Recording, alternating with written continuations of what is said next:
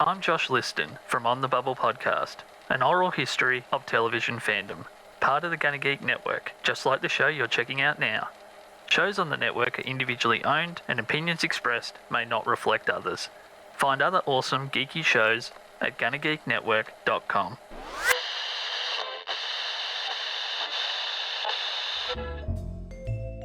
Art, comedy, pop culture, and much more. You're listening to ACPN.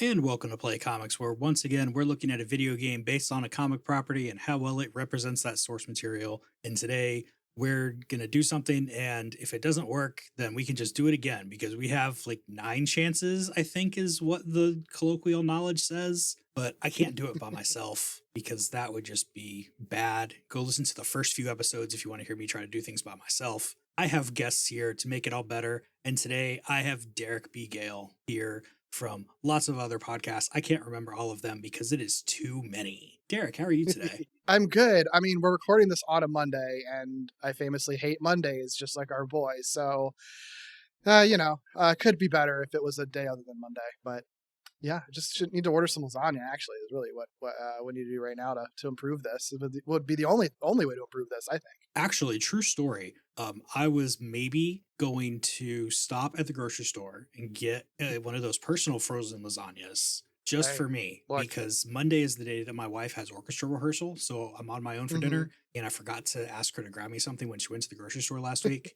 And instead I went to McDonald's. I mean, look, you can't beat a frozen lasagna. Like, it's famously one of the easiest dinners. So, and you know what? It always kind of works. So yeah, I'm kind of kicking myself for not getting a lasagna tonight. That does sound better than fast food, because I also just went with fast food tonight, actually, and I'm kind of regretting it right now.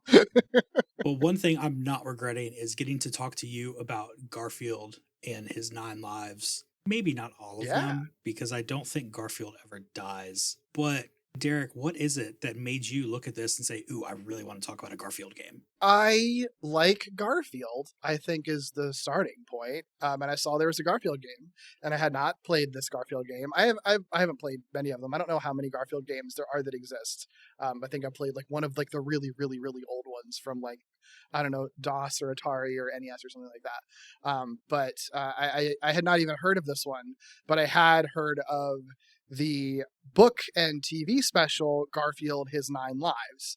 And so I was like, interesting, because I do really like those. I really love the TV special, and I recently read the book for the first time that it's adapted from, and both of them I think are works of art. So I was like, I'm really interested in how they would adapt that story for a Game Boy Advance video game. And the truth is that they don't, is the thing, but it did get me to play a game with Garfield in it.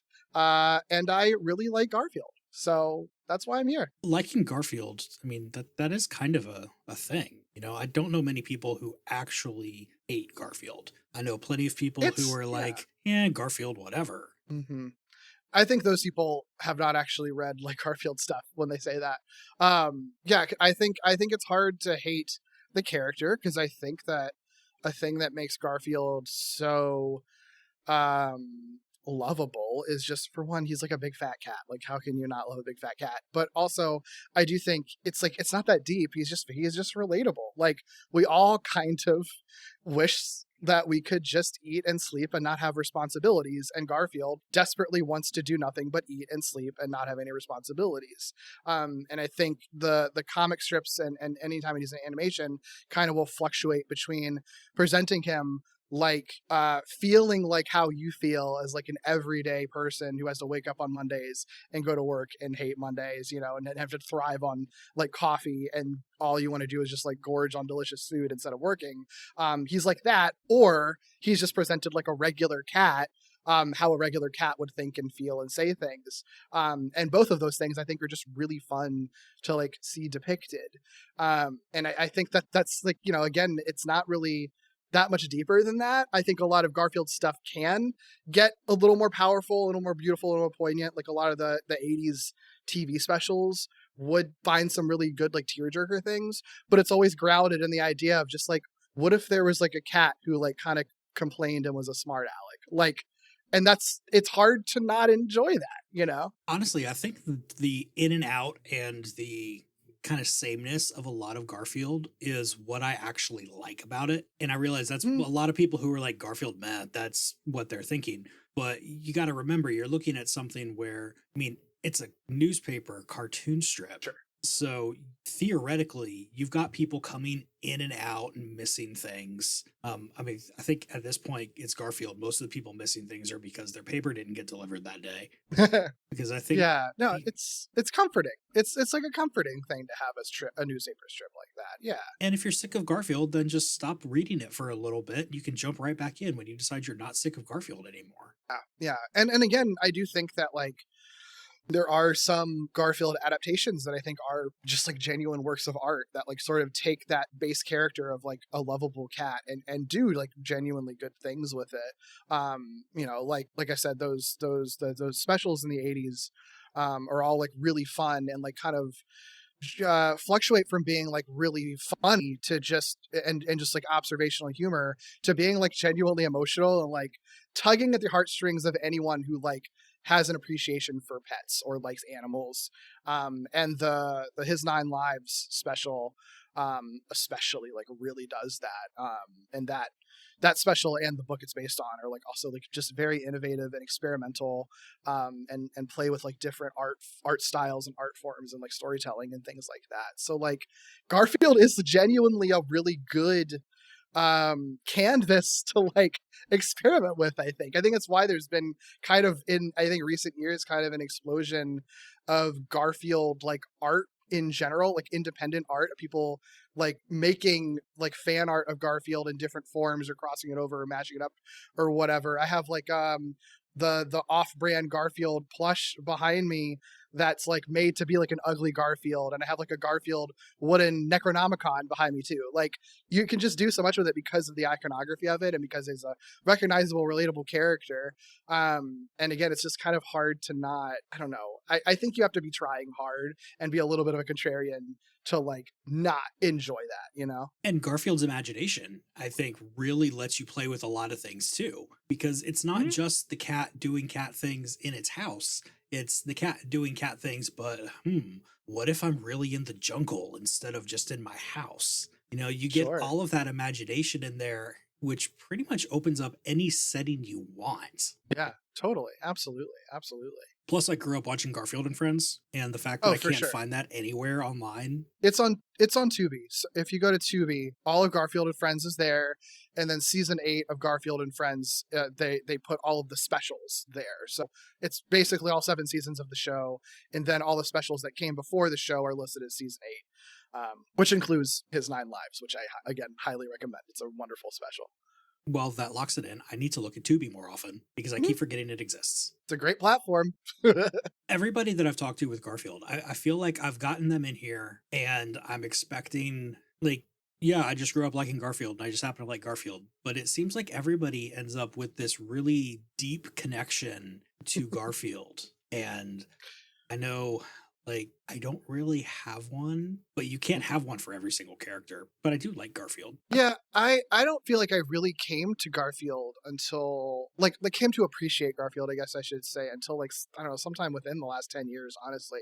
Because I grew up kind of in the shadow of the big Garfield explosion of the 80s, so where Garfield stuff and merchandise was all over the place. And you had, like, the Garfield, like, cling things on windshields and stuff like that. Like, that stuff was huge, and I think by the time I was kind of coming of age, it was fading a little bit, but like Garfield and Friends was still running, and my older sister is like 10 years older than me, so I inherited a lot of Garfield stuff from her. So he was always in my life, and I liked the newspaper strip.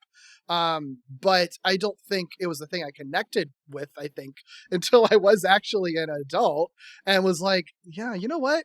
I do also hate Mondays, and I do like coffee, and I do like lasagna, and and then from there, I think actually started exploring like the actual world of it beyond just the most basic iconography of it, and kind of realize like how good some of these stories and gags and jokes actually are, and a lot of the art just involved in creating it, and like Jim Davis as a creator just like seems like a nice like regular guy who just likes drawing this like fat smart alecky cat, which considering the world we live in where a lot of famous artists like are revealed to be like terrible people, the fact that you have this guy who just like grew up on a farm and was like, I liked the cats that were on my farm, so I made a comic about a cat, and like that's just it. Like there's not really more to it, and he kind of made something beautiful out of it. Like I just think that's really, really cool. And it's cool to have something like that. It's not that deep, but that's a feature, not a bug. Listeners may or may not have heard about this already, so I don't know if I'm reminding them about something or if I am spoiling something slightly that will be coming up in the future, because I don't know how episodes are going to be released right now. But I have heard from people who have worked directly with Jim Davis that he is actually a genuine nice person. Love it. Yeah. I thought you would like that. I do. I mean, it's great. Yeah, I don't know that there's ever been a bad story about him. And if you like read his own writing, and reflections and stuff, he just seems like really humble, considering his character was like so merchandised and commercialized and stuff. I'm sure he has made bank off of the rights to that character and that IP, but you would never guess it. He does just kind of sound like he's like a small town farm boy who's just likes to draw. Like that's always been his vibe, and I really love that, and I think that that's reflected in the work, because anything that he's ever worked on with Garfield, I know obviously there have been movies and stuff like that he hasn't really been involved in, and those are their own thing, but anything that he's ever touched, it's always just kind of felt like the same thing, where it's just very mellow, very earnest, very sincere, very observational, but not trying to change the world, but still like I think speaking to just like really base relatable things in everyone, and also just being funny. I think one of the things that really draws me to Garfield in that whole world, though, is his relationship to everybody else, especially Sure. Garfield and Odie, because Odie is like that super annoying little brother that I had. I don't know if you had, My little but sister. same thing then. Yeah. Really, Yeah. for this context anyway, because Mhm. they're annoying and you want them to leave you alone, but they're your brother or sister and you still love them. Absolutely. Yeah. Yeah. A lot of that, you can mine a lot of sweetness from that. You can mine a lot of funny jokes, but you can also mine a lot of sweetness from it. Yeah, absolutely. Yeah, because I would definitely push my brother off the table, but then I would let him give me a hug afterwards. Right. Exactly. Fortunately, neither one of us ever tried to mail the other person anywhere. Never got mailed Abu Dhabi. No, which is probably a good thing, because knowing him, he would have found a way to figure out how to pull that one off. Garfield, though, I think it's really hard to explain to somebody really what it's about that doesn't feel super surface level like that, because most of it is those little cues you pick up along the way. You can sit there and say, hey, Garfield hates Mondays and is annoyed at John, and why does Garfield hate Mondays? Because he's a cat, all kinds of things like that. But Sure. you think about it, it's like, all right, cool. John presumably maybe works Monday to Friday, and then he spends a couple days where he gets to hang out with Garfield, and then he has to go back to work. So Garfield hates Mondays. Odie always wants to lick him. My cats don't like being licked. Don't ask me how I know that. Yeah. I mean, I think that there's a lot in the comic, if you've ever been a cat owner, a lot of the observational stuff it is, what your cat's probably thinking. Like I don't always necessarily subscribe to the whole like cats are this thing, because I think cats are just their own like independent creatures, and sometimes they can be assholes just like people are sometimes assholes, but like by and large, it just depends on their personality. And I think with Garfield, it really nailed like what it's like to be an owner of a cat who definitely loves you and wants to be around you, but doesn't want you to know that they love you and want to be around you. So is like kind of off-putting about it, and you know that they're like kind of always judging you a little bit.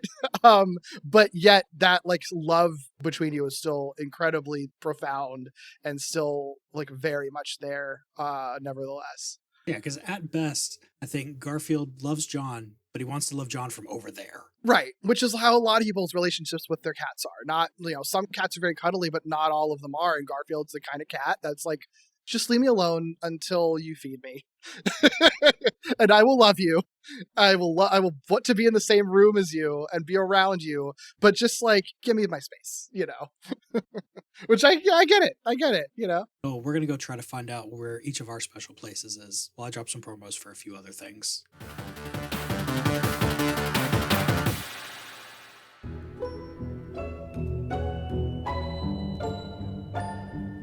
Do you like comics? The 1960s? How about middle-aged gay couples gossiping about their neighbors? Then you'll love Checkered Past.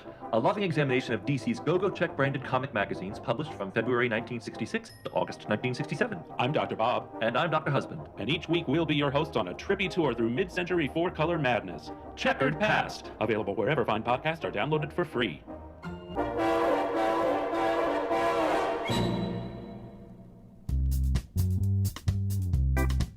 This is Rob, This is Annalise. and we are your nerd best friends. Nerd Best Friends is the podcast where we dive into the nerdy conversations you're already having or wish you could. Each week, we explore everything from epic film debates to our latest tabletop game adventures. Ever wondered who would win in a fight, Batman or Iron Man? What Hogwarts houses the Avengers would be sorted into. Or which Star Wars character would make the best dungeon master? We will nerd fight over these and more. Plus, we bring you interviews with industry insiders, hilarious nerd stories, and deep dives into the fandoms you love, because you can be a nerd about anything. Don't miss out. Smash that subscribe button on your favorite podcast platform and join us for all the geeky goodness. You can also connect with us on social media at Nerd Best Friends and share your nerdy stories. What's the nerdiest thing you did this week?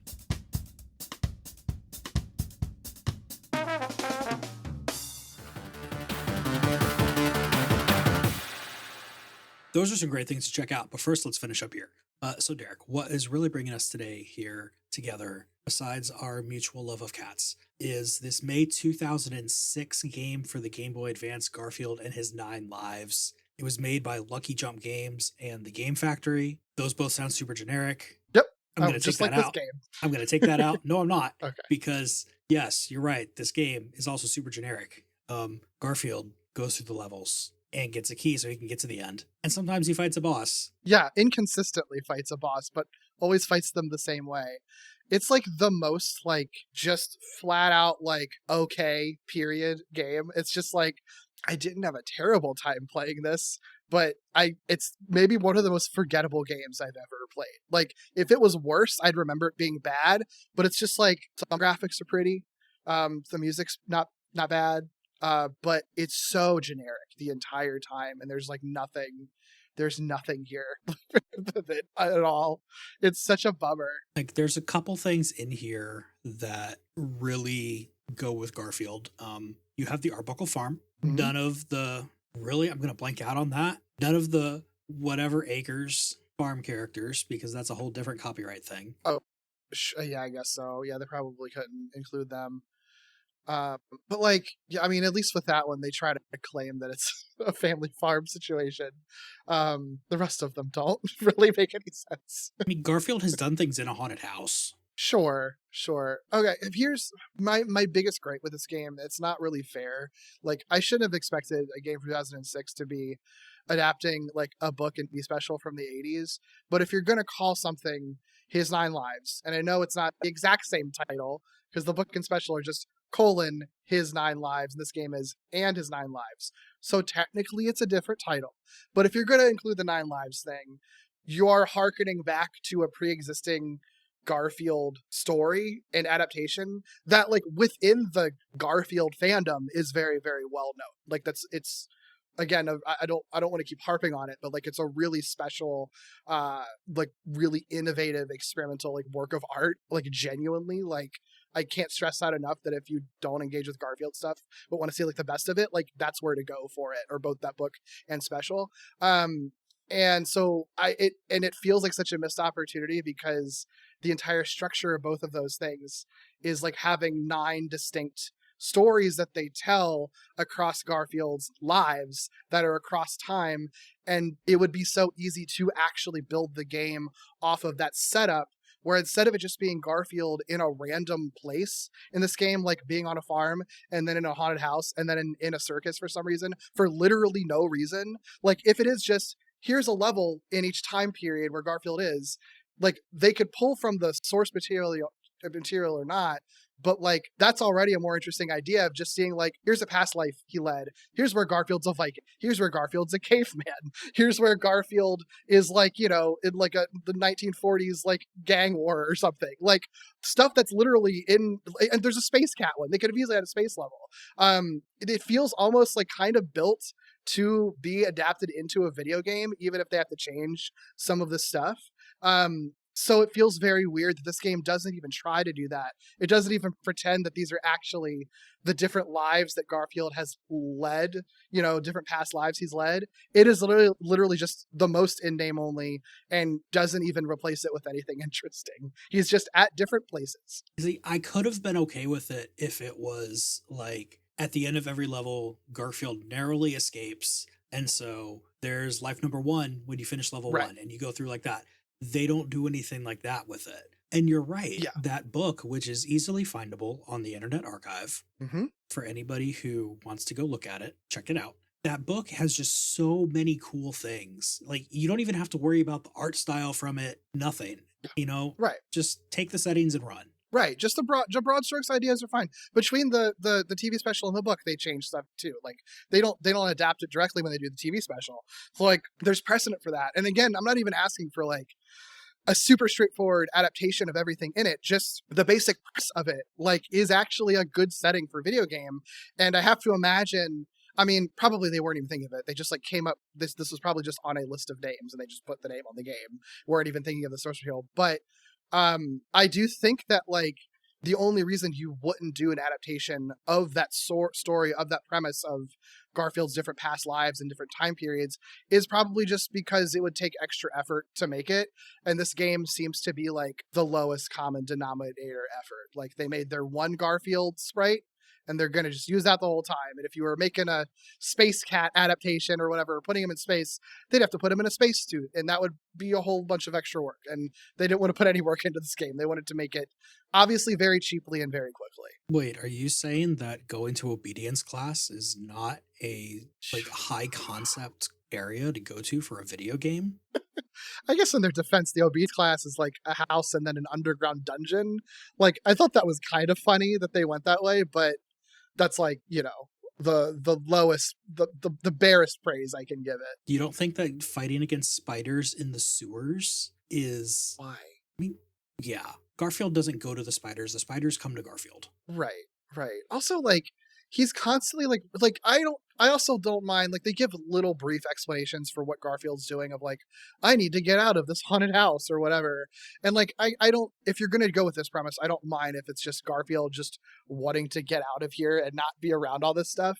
I don't like that there's a couple of them where he's like trying to rescue Normal, who Garfield famously hates.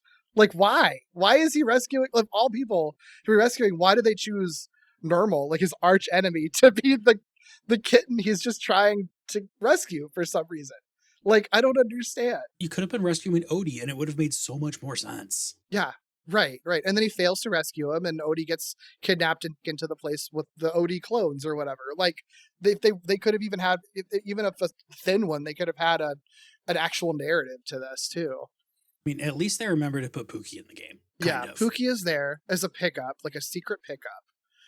Arlene is there randomly, but like doesn't do anything. She just has like a cameo at the end of a level for some reason. They could have had him like saving Arlene. Yeah, like a classic damsel in distress thing would have been fine for it.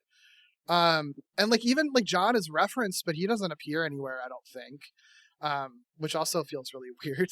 I mean, we kind of touched on the bosses earlier. The bosses, this is such a weird setup for a game because I'm used to bosses where, okay, you go through 2 or 3 or 4 or however many levels, and then you get a boss. But I'm used to that in like the Sonic the Hedgehog sense, where it's part 1 of this level, part 2, part 3, you're all in the same setting, and then you get a boss. This one, like, you go through 3 distinct places and then you get a boss. Yeah. And the bosses are not big from Garfield. Like, I mean, the first one, you're in the circus and you're fighting against some random bear. I mean, Sure. if only there was a circus type character in Garfield that he could have been fighting against. Right.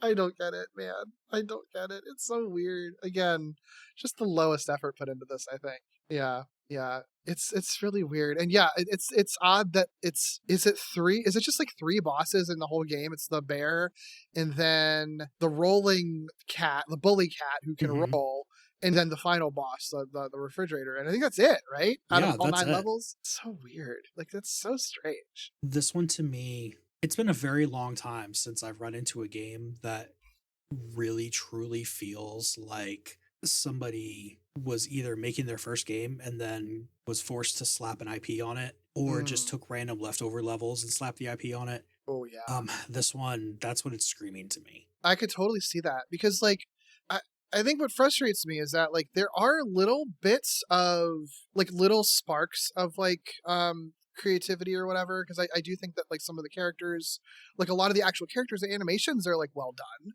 Like I think this game looks good for like, it looks like what you would expect from a Game Boy Advance game, like visually. And I think even like Garfield's movement and everything and some of the poses he does like look good and even feel like very pulled from his typical comics poses. So like there's these little sparks of imagination and inspiration that are put in it, but like they're so far and few in between. And I think you're right.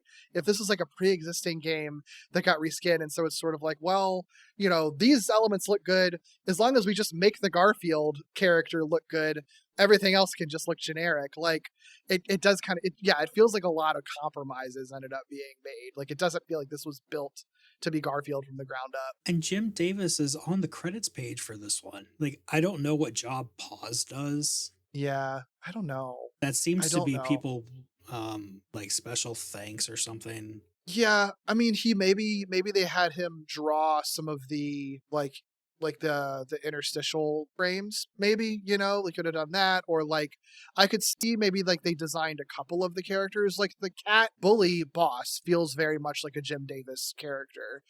So maybe like some of the characters, like the more major characters, were designed by like Jim Davis or other people working with him or something. That's the only thing that I could guess. But like the regular enemies in the game don't look very Jim Davis-y at all. So here's the big thing. Did you look at the manual at all? No, I did not actually. All right, so I have this thing where I just really like looking at the game manuals, especially for this old one. Like as Absolutely. you're looking at this thing, you've got little bits of Garfield art all over the place, which obviously look really good.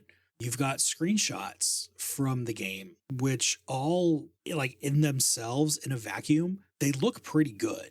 You know, they obviously went and picked something that was showing off that level well, was showing off their character work and everything well. Like everything in here looks good. It's just the application of everything. And when you put it into the game, it's just... Yeah. Ugh.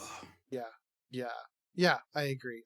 Also, just like side note, I know I said at the top of this, I was like, I don't know how many Garfield games there have been. I'm looking, there have been so many Garfield video games. I had no idea how many Garfield games have existed over the years. It's incredible. And I'm like, oh, maybe I played like 2 or 3 of them ever. That's so funny. But anyway, it's really annoying because like so much of the appeal of Garfield is like just the very simple streamlined art style and character designs, and you'd think that would be easy to implement that style in a video game, but I guess this proves that it's not. I mean, look at other ones. It should be. It is. It's just, I don't know what is going on with this one. I don't know. I don't know, other than just that it was probably super rushed, but I don't know like why. Like what were they trying to line it up with? Like, you know, I don't know. It's like if you're gonna do a Garfield game, like why not take your time with it? It's like Garfield's time is never gonna be up. Like he's always gonna be around. So far on the show, we haven't looked at anything from the Game Factory or Lucky Jump games. At Mhm. least not for things that have been published on the podcast as we're recording this. So by the time this comes out, that might be a lie. Mm-hmm. But looking at Lucky Jump games, this is the only thing that they seem to be credited with. That's weird. I can't imagine why. It's so fascinating. The Game Factory has other things. Mm-hmm. Looking through this list, though, on Moby Games, there's a Biker Mice from Mars game on the DS. Okay. Um, Wait, on the DS, they were making Biker Mice from Mars games like that late? Yeah. Was there another bike? Was there like a reboot show or something of it? I don't know. Like, if it was something super recent, it would make sense because I know they've started to come out with a comic. Yeah, that's wild. But I mean, it looks like mostly a bunch of licensed things, like that level of stuff. Nothing huge. Garfield is probably the biggest property that I see from them, unless you want to count Franklin the Turtle or Babar. Gotcha. I don't know. Weird. Interesting selection of IPs to be working on too. Yeah, they definitely seem to be like, all right, cool. We want to publish this IP game. Somebody come do it. Right. Huh. Yeah. So I mean, I think it's pretty obvious that anyone who worked on this, their heart didn't seem to be particularly into it. So I guess that checks out. I mean, people got to get paid. So, you know, if that's what it is, then okay, that's fine. Yeah. And again, I do think this game, like, it doesn't feel like it's made by people who can't make video games. Cause like, I think it looks good visually. I think music's fun. I don't think the gameplay is like that amazing, but I don't think it's terrible either. It's definitely not the worst platformer I've ever played. It's just like it just lacks like so much inspiration. Like it's just so nothing, you know. The worst thing I can say about it is that it has some jumping spots where you've got to be 2 pixel perfect for my tastes, but also like everything did back then. So that's not a huge complaint. Yeah, compared to something like the Simpsons games that I've played, like the gameplay of this one is pretty great. Honestly, I just wish it was in a better game. Honestly, I kind of wish this was in a worse game in some ways, because at least then you'd have something like the Silver Surfer game where everybody can just kind of commiserate on that aspect of it. But this one, this is like that game that somebody throws in your bag for your birthday. And it's fine. Like, you don't want to take the effort to return it, but you're never going to play it. Right. Because it's even like, I mean, there's not even like a point system in this. It's like the most challenge there is, other than just beating the game, which it doesn't take that long. It's a pretty easy game, is collecting all of the food items in each level, which, like, sure, Garfield loves food. So of course he'd be eating coffee and pie or whatever, but like, I don't know that that's enough for me to replay this game multiple times to collect every like ice cream cone in a level, you know. Like, there's like nothing, it's not like there's any power-ups, like there's nothing special you get for collecting everything. Like, it's just like they're trying to do like Mario collecting coins, but like the least fun version of it, and you don't even get like an extra life out of it. So what are we doing here? I mean, speaking of lives, the number of lives seems to be the biggest thing that makes the difference between easy, normal, and hard mode. Yeah. Easy mode could have had 9 lives, but it doesn't. Yep. Nope, doesn't. Yeah. But yeah, the final boss too was, I think, kind of ridiculous. I did not care for it at all. The fighting a fridge with like a mutant tentacles inside of it. I mean, I guess it's sort of like, I can see the inspiration of like Garfield, a cat who loves food. His worst nightmare would be like evil food, I guess. But I don't know. It was just like a really, like, especially getting through the game, and I'm like, this is how we're ending it, and then it just kind of stops after that's over. There's like not even a nice end title screen, you know? I mean, honestly, I think that is maybe the best thing about this game, is that ending. Mm-hmm. Oh, sure. I mean, it is the most Garfield thing ever to have the fridge come up and attack him, but then normally he would wake up from his nightmare. Right. But yeah, this game, he just walks, like, the image is him walking away from the fridge, and then that's it. Game over. It's done. That's it. There's not even a joke at the end. Like, it's not even anything funny. It's all sitting just right there, and they're not grabbing it. No. I know. No. It's such a bummer. As we start to wrap this one up, what do you think this one really gets right looking at Garfield? I think Garfield looks good, and I think any of the poses that he has are all very cute, and like they seem like they're pulling from typical poses he'd have from the comics. You know, like sometimes his ears are turned back, and sometimes he has his teeth out, stuff like that. Like, I think that works. I think he looks good in it. I think that the like interstitial like title screens all look cute. Like, you know, they're good little pieces of Garfield art. I wish they were a little more detailed, but for the most part, they look pretty good. I think making Garfield's health meter lasagna makes a ton of sense. I'm down for it. I'm sure that other Garfield games do that too. I'm sure this game didn't invent that. And it's nice that there are other appearances from other Garfield characters. I don't think that they were used well enough, or I don't think people making the game had any idea who Nermal or Arlene or maybe even Odie actually are to Garfield, and they just kind of threw them in because they had them in a character pack or whatever. But like the look of it, I guess, in those regards with those specific characters feels very Garfield.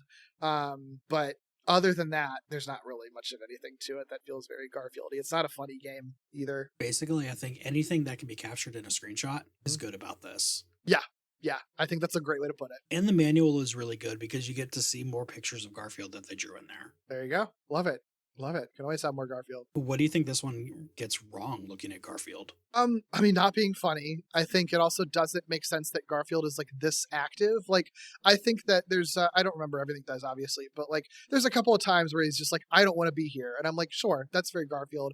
There's other times where it's like, I need to rescue Nermal by climbing up trees. And it's like, no, you wouldn't do that. No, you don't. Like, that's not you at all.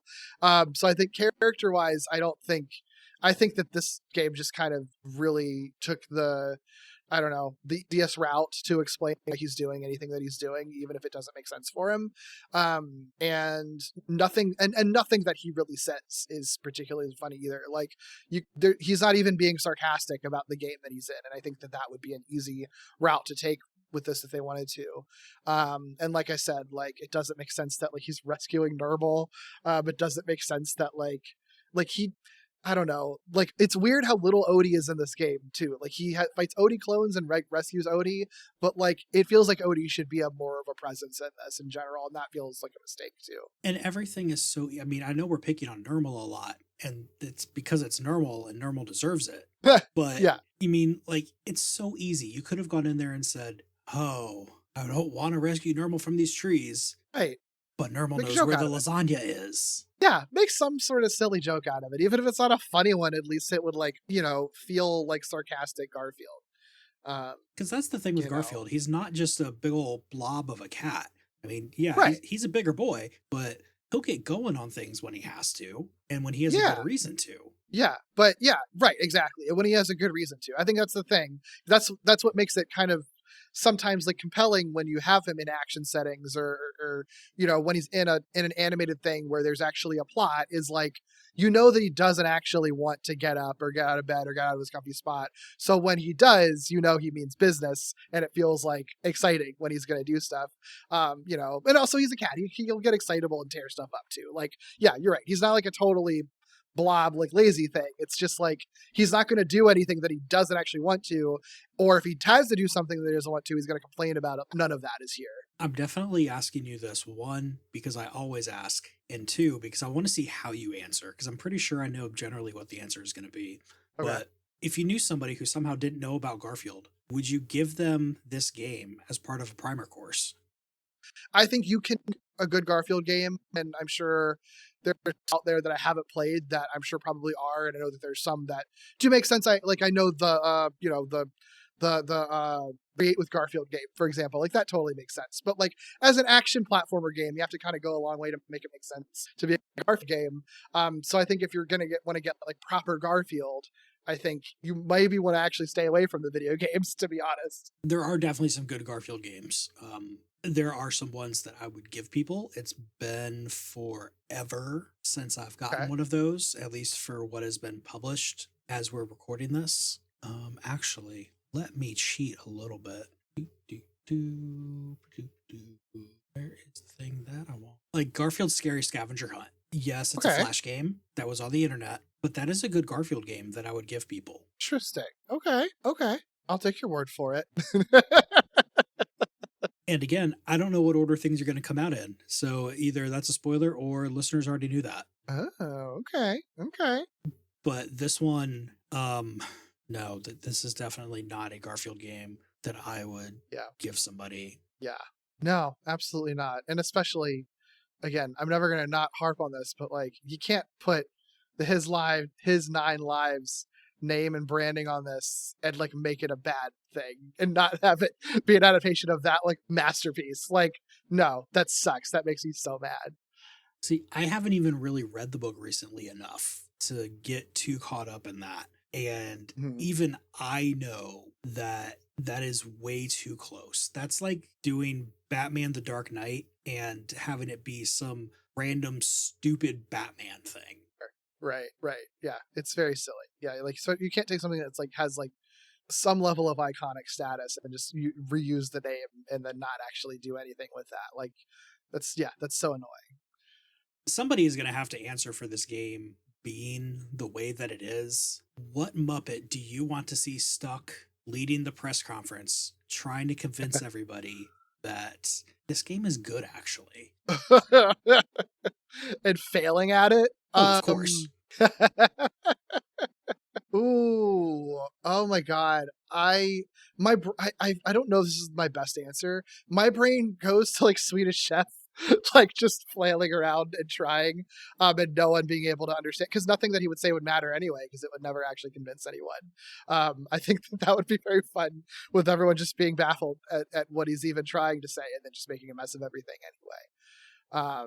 That, or like, I guess the other easy answer is like Animal being mad and just like destroying everything. Oh, see, I thought you were instantly going to go to Fozzie, which I think is another one that would be great, but also no, I think that's too obvious. You got to go with those slightly less obvious ones. Fozzie would be like, it would just be kind of cringy, and I just feel bad for him because he would have, because like there's not even like, the thing is, if this was like a tremendously horrible game, I think Fozzie would be good because he would be struggling to like come up with the merits of something that there's no merits in at all. This game is just so flat out like boring and nothing that he can't even like make a joke out of it. You know what I mean? Mm-hmm. Like, that's the problem. That it's just like, there's not even anything interesting about it. That's why it's sort of like, I think it's better to have someone who wouldn't even be able to try, you know? Do you know what you could get? The bread from Sesame Street. I can see that. Yeah. Because this game is very white bread. Okay. I see where you're going. Yeah, absolutely. I mean, Derek, despite everything here, it has been great talking to you about this. Circumstances notwithstanding, because this game, peek behind the curtain, at least I know I get to talk to Derek about something better later this week. Yeah. Once again, I have no idea how release schedules are going to line up, so that's probably going to be months apart by the time listeners hear it. But Derek, it has been fun talking to you about this one. If people want to hear more from you, where else can they find you around the internet? Yeah, you can find me most places at Derek Beat Gayle. My other podcasts are all with the Glitterjaw Queer Podcast Collective. Active ones are Walloping Websnappers, where we do deep dives into Spider-Man podcasts. Screonk, where we look at the Godzilla films. Lee Carvallo's Potting Challenge, where we look at the Simpsons tie-in video games. And Gimmicks, where we look at high-concept episodes of television. All of those are really, really good, and you should check them all out because they're good. Thank you so much. And as always, we'll have links to all that down in the show notes, because clicking links is so much easier than trying to remember how to spell things or just remembering what all the things are. Yeah. As always, the best place to find me is over on playcomics.com, where you can find links to all the social media things, which is pretty much Blue Sky and Threads, because I don't know, I've just gotten comfortable. When you're comfortable, you stay with the place. It's like a warm blanket, and you know, warm blankets are fun, just like warm socks and other warm things. I don't know where this is going at all. If you want to be a guest on the show, then there is a link to the list of games I'm looking to find a guest for. It's down in the show notes. That is the easiest, most best way to see if, you know, you can come be on the show, because that list is the most up-to-date thing. Unless you're friends with me in real life. Like, that's the only other way that you could have any other kind of information. So for anybody who isn't friends with me in real life, check out that link, which has the list and all that things that start with L. I don't know why that's funny to me right now. If you want to help support the show, then you can be like Dan McMahon or Ono Lit Class and give the show money, because unfortunately it does cost money to run a podcast, although I would be doing it anyway because it's cheaper than going to the flea market every weekend. But you can also just share with friends, leave reviews and stuff, share with the random people that you see out in the world, like everybody else needs good things too, so maybe share some of that joy. Don't forget that Play Comics is a part of the GonnaGeek.com network, home to such other wonderful shows as Capes on the Couch, where, yeah, they're back, and I gave them a couple weeks off from getting crap, but yeah, I want my Spider-Gwen episode now, so where's my Spider-Gwen? Don't forget that Play Comics is also part of the Art Comedy Pop Culture Network, and there are some other great shows over there to check out, including 3 movies that changed your life, so, maybe I should try to be on that one. Try to get them on mine because I like getting new guests, but I also like going on other shows where I don't have to do the editing. If you want to hear Carrington Martin and I talk about all those shows that we watched when we were kids and all those lessons we learned, and you're supposed to learn all these lessons, be a good person and everything. And then now that we're adults, yeah, those lessons don't mean anything anymore. Don't share everything. That's evil. But yeah, that's stupid. But you can go check out Sugar Spite and Everything is Fine, which is not stupid, except for the part where I need to get episodes out faster. If you like the music that I'm really talking on top of right now, head on over to backingtrack.gg and check out all the great music over there, and maybe find something for your own project. But most of all, just grab a game, grab a stack of comics, and go find yourself a new favorite character.